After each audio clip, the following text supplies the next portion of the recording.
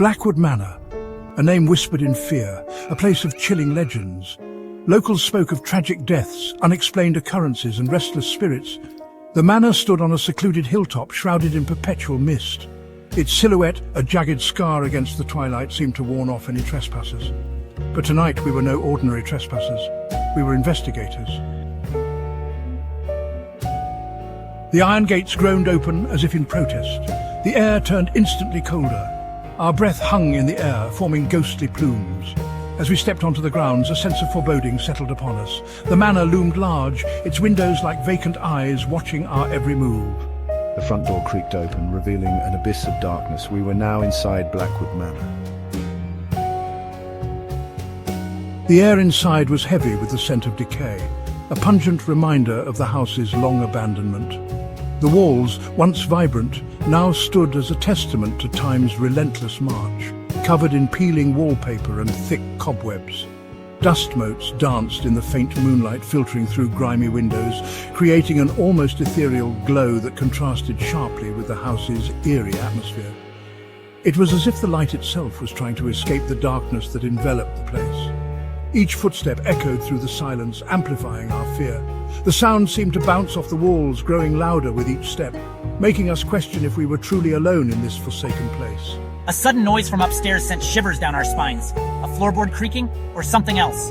The uncertainty gnawed at us, making every shadow and sound a potential threat.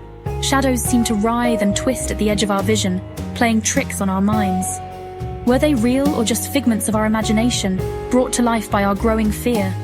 We pressed on, our hearts pounding in our chests, each beat echoing the dread that filled us. The manor seemed to come alive, its very walls whispering secrets of the past. Drawn deeper into the manor's clutches, we couldn't shake the feeling that we were being watched, that something unseen was guiding our every step. We stumbled upon a nursery long forgotten and shrouded in darkness. The air was thick with dust, and cobwebs hung like ghostly veils from the ceiling.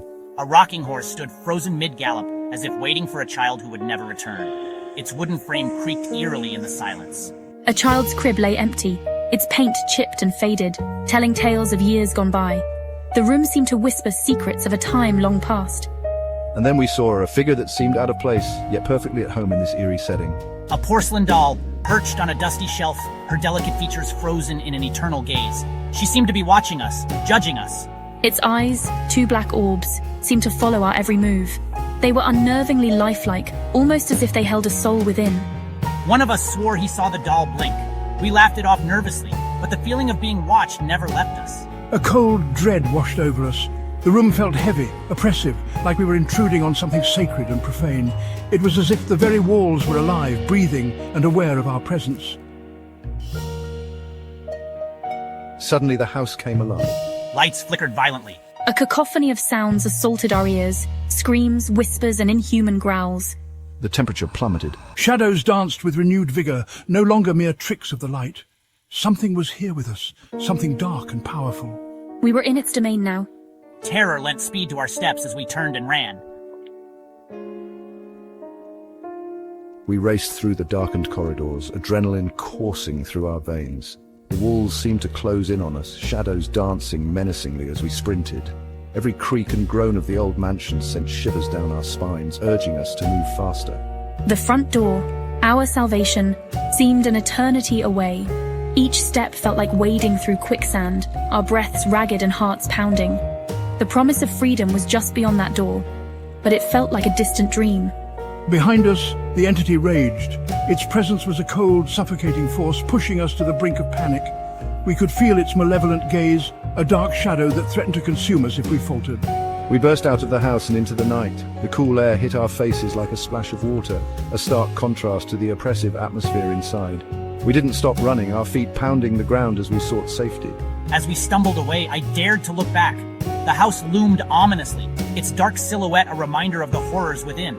My heart skipped a beat, fearing that the entity might follow us into the night.